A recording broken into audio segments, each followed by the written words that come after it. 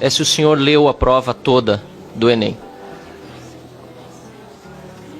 É só a resposta sim ou não, se eu pudesse me ajudar. O senhor leu toda a prova do Enem?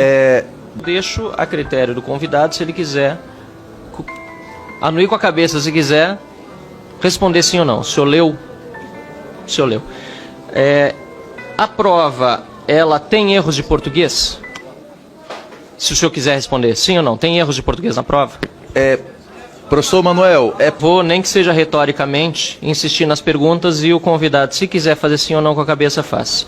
Eu retomo a questão, ele disse que leu a prova toda e perguntei se tem erros de português.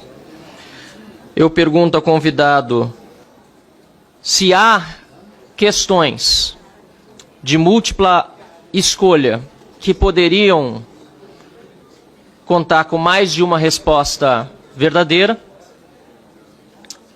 E pergunto também ao convidado derradeiramente se ele entende que essa prova tem questões que tratam de temas ideológicos. Ou seja, se há ideologia na prova. Eu vejo que o senhor Manuel não quer responder nesse momento e o acordo de procedimentos feito por esta comissão é de que ele responda depois. Espero que ele responda a todas as perguntas feitas de forma objetiva depois no momento das suas considerações. Mas o fato, senhor presidente, que se percebe nesta prova do Enem é que ela foi uma prova mal formulada, mal redigida, uma prova com inúmeros erros de português, inclusive em uma questão, na questão 71, por hora, o advérbio hora grafado com um H no início, confundido com o substantivo hora, a hora.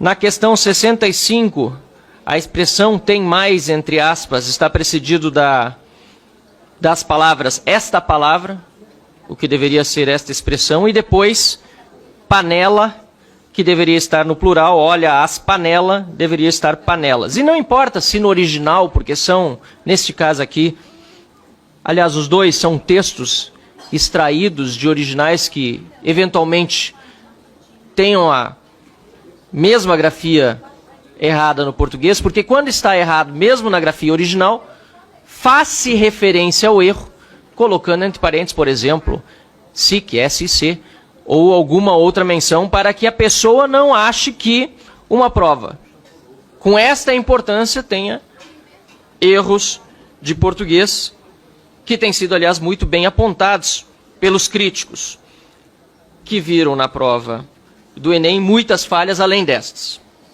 Além disso, é importante nós mencionarmos que há questões que tinham mais de uma alternativa e que, portanto, terão de ser anuladas. Uma muito clara, que viralizou na internet com o vídeo de Caetano Veloso, é uma que o próprio compositor dos textos apresentados na prova diz que todas as alternativas, na verdade, tinham relação com as suas composições. Mas ficou entre duas alternativas, ou seja, nem o próprio compositor conseguiu decidir qual seria a alternativa verdadeira.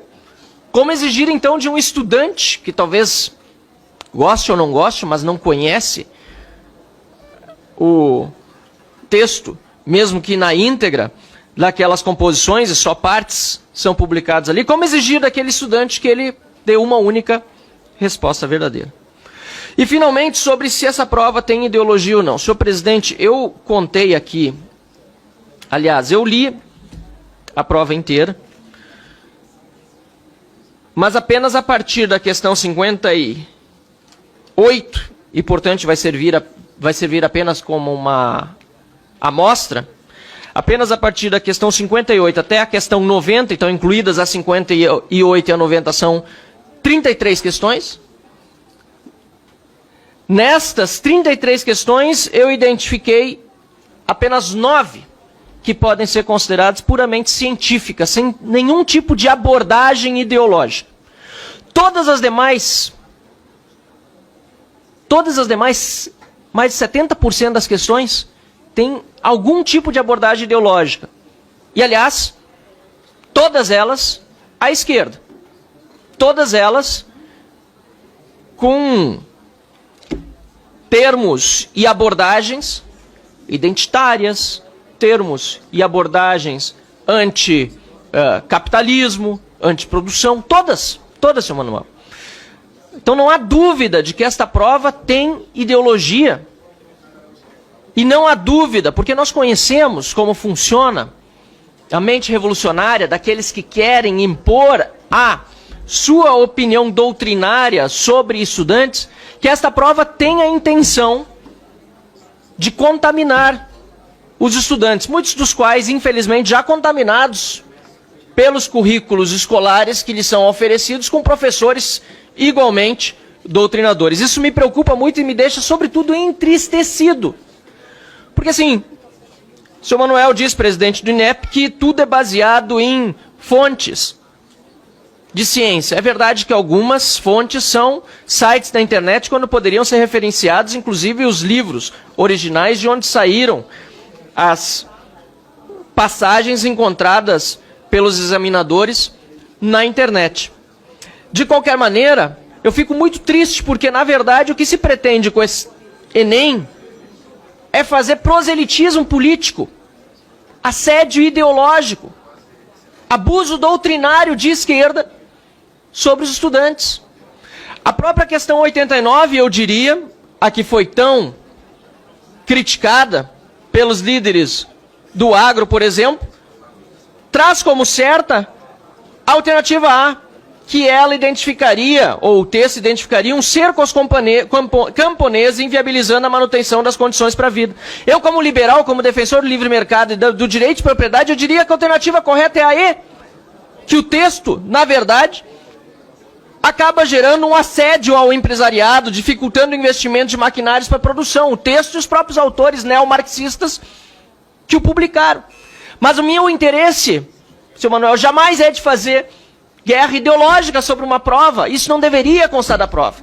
A prova deve ser o mais objetiva possível, para extrair dos estudantes aquilo que tem de conhecimento evidentemente científico, como nas 9 questões que apontei. Posso trazer todas elas enumeradas, inclusive quais identifiquei como puramente científicas, e não para avaliar se o estudante tem determinado posicionamento ideológico, ou pior, se será contaminado por ele. Para concluir, senhor presidente, houve aqui um deputado que disse que se queria aqui criminalizar o governo. O deputado Pedro Zay disse isso. Não é necessário criminalizar um governo que já é criminoso.